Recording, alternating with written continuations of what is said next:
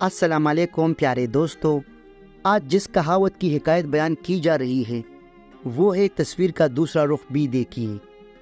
مطلب اور استعمال: کسی چیز یا بات کے دوسرے پہلو کو بھی دیکھیے۔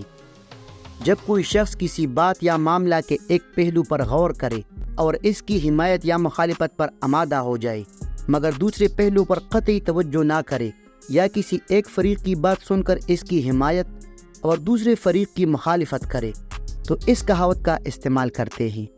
اس کہاوت کے وجود میں آنے کا سبب ایک دلچسپ واقعہ ہے جو اس طرح ہے۔ زمانہ قدیم میں نائٹ اپنی بہادری کے لیے مشہور تھے۔ وہ بڑے جان باز ہوتے تھے۔ زندگی میں چیلنج قبول کرنا تو ان کا معمول تھا۔ وہ اپنی بات کے دنی اور پکے ہوتے تھے۔ ذرا سی بات پر جان لڑا دیتے تھے اور کامیابی کے لیے مر جانا ان کی نظر میں ذلت کی زندگی سے بہتر تھا۔ ایک مرتبہ دو نائٹ یعنی بہادر جنگجو گھوڑوں پر سوار، ہتھیاروں کو جسم سے آراستہ کیے ہوئے دو مختلف سمتوں سے چلے آ رہے تھے۔ شہر کے بازار میں چوراہے پر دونوں کا آمنا سامنا ہو گیا۔ چوراہے کے بیچ میں ایک چبوترا تھا جس پر پرانے زمانے کے ایک مشہور نائٹ کا مجسمہ نصب تھا۔ اس کا ایک رخ سنہرا تھا اور دوسرا روپہلا۔ دونوں نائٹ اس مجسمے کے آگے پیچھے آ گئے اور وہیں پر اپنے اپنے گھوڑے روک لیے۔ ایک نائٹ نے دوسرے نائٹ سے کہا، کیا خوب سونے کا مجسمہ تیار کرایا ہے، جی چاہتا ہے کہ اس کو دیکھتے رہے۔ دوسرے نائٹ نے کہا، یار اس کی بہادری میں شک ہے نہ قدردانی میں، مگر مجسمہ سونے کا نہیں بلکہ اصلی چاندی کا ہے اور نہایت چمکدار ہے۔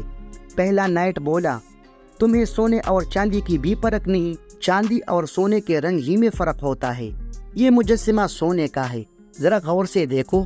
دوسرے نائٹ نے جواب دیا، میں تو غور سے دیکھ رہا ہوں، آپ اپنی آنکھ کا علاج کرائیے، مجسمہ سونے کا نہیں چاندی کا ہے۔ اس پر پہلے نائٹ نے قدرے تیز آواز میں کہا، مجھے تعجب ہے تم اپنی بات کو سنوارنے کے لیے مجسمہ کی توہین کر رہے ہو، مجسمہ خالص سونے کا ہے۔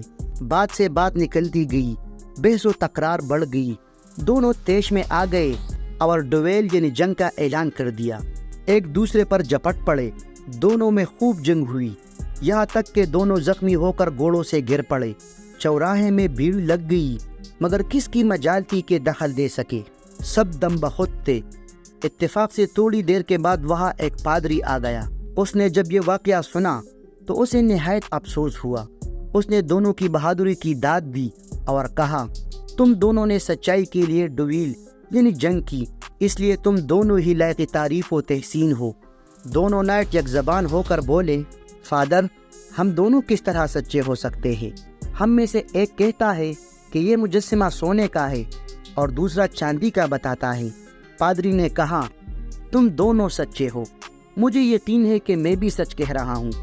ذرا سمتیں بدل کر مجسمے کو دیکھو، یہ مجسمہ ایک طرف سے سنہرا اور دوسری طرف سے روپہلا ہے، اس لیے تم دونوں سچے ہو، مگر تم دونوں میں خامی یہ رہی کہ تم نے ایک دوسرے کی بات کو سمجھنے کی کوشش نہیں کی، غور و فکر سے کام نہیں لیا۔